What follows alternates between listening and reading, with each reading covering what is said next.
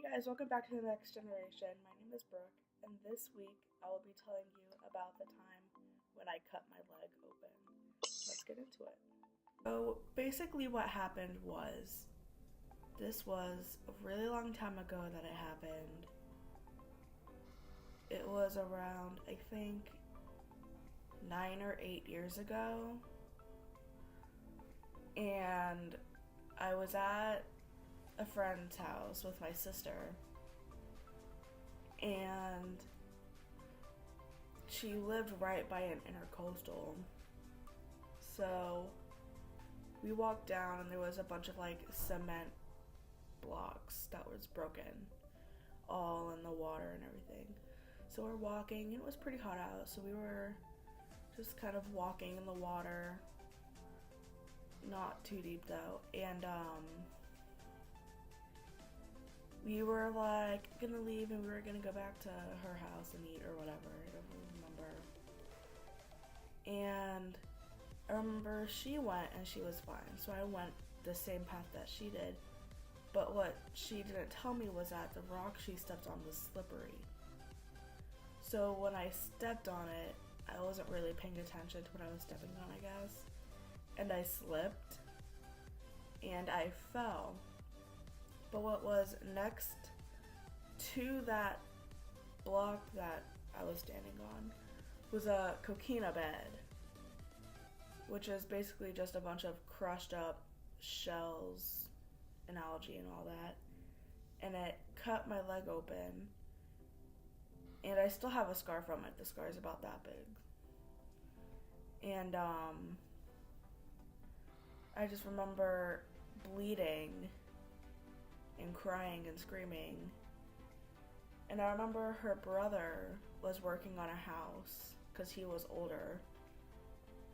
And I remember he had a truck and everything. And I remember he grabbed me out of the water, put me in his trunk, and not the trunk, the truck, and wrapped a towel around my leg and drove back to his house as quickly as he could. And her mom was a nurse, so she didn't rush me to the hospital or anything. And I just remember we get back to their house, and they're rinsing my leg out and all that. And there was an oyster bed as well, and the oysters freaked out basically when I fell and cut up the bottoms of my feet. So they were washing the bottoms of my feet off, wrapping my feet. I remember she poured rubbing alcohol in my leg, and it was really deep. I remember we stayed there for a couple of days, and I get back home, and it was all red and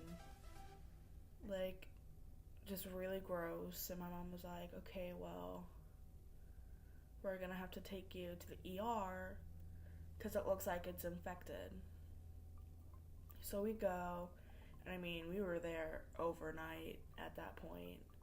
We got there around, I want to say 4 in the afternoon, and we left around noon the next day. And I remember they had to take x-rays because of how deep it was. And I remember they were like, okay, well, you have some coquina stuck in your leg, and some of the cuts on your feet were infected, so we're gonna clean those, blah, blah, blah. But I remember they come in, and at this point, I was terrified of needles and getting shots and all this. And I remember they come in with a needle this long, which was wider than the width of my leg at that point. And I remember they were like, okay, well, you have to sit still because we have to numb your leg so we can get the coquina out. And I'm like, okay. So they're pushing into the skin with it, and it hurt so bad. I was crying, and my leg was bleeding like hell. And I remember I just remember the color of the blood, really. I remember I was like sobbing, but I wasn't making any sounds. I was just sitting there staring at my leg. And I remember it was like super dark. I remember it was like black with a red ring around it, if that makes sense. And this point my leg is numb, like to the max, can't feel my leg.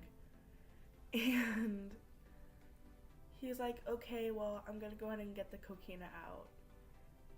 I'm like, okay, because I was like really young and I was still crying and everything. And so he's like digging with his finger inside of my leg, trying to get the coquina out. And I remember they did finally get it out. But I just remember it was like a weird feeling, because you know how like your fingers or your toes or your feet or whatever like fall asleep, so they're like numb, and you try to stand on them and it's like a weird sensation, not pins and needles, but it's like just a weird sensation, you can't explain it. Well, that's basically what it felt like, because he was like rubbing his finger along the inside of the wound. And I remember I wasn't allowed to use crutches, and I wasn't allowed to walk on it because it was so wide. I remember it was like that long, and this scar like shrunk up a lot. And I could probably try to find a picture. The doctor was in the room, along with a nurse who was wrapping my leg. And he was like, well, you're not allowed to walk on it, except for like if you need to go to the bathroom, otherwise you're gonna have to be carried everywhere. Which wasn't an issue, because I was like paper back then. Wish I was still paper, but whatever. My leg, and it could start bleeding again.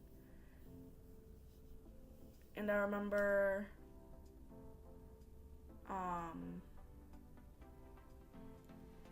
I wasn't allowed to swim for a while. It was like 6 weeks that I wasn't allowed to swim.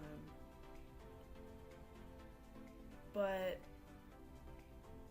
like in school, because at that point, you know, it had started to scar and everything.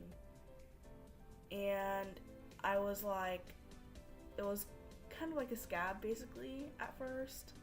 So I would like pick it, which is part of the reason why I still have the scar now, was because I would pick at it and like pull the scab off and make it bleed. And I mean, every day I would come home with a new Band-Aid. Like, it never failed. And I remember I had to be on antibiotics because I was at school, so it wouldn't get infected, and it was just rough. And yeah, that's my story. Hope you guys like this story time. I will be posting every Thursday. Make sure to like and subscribe. All my social medias will be in the description below. And I will see you guys in the next one. Bye!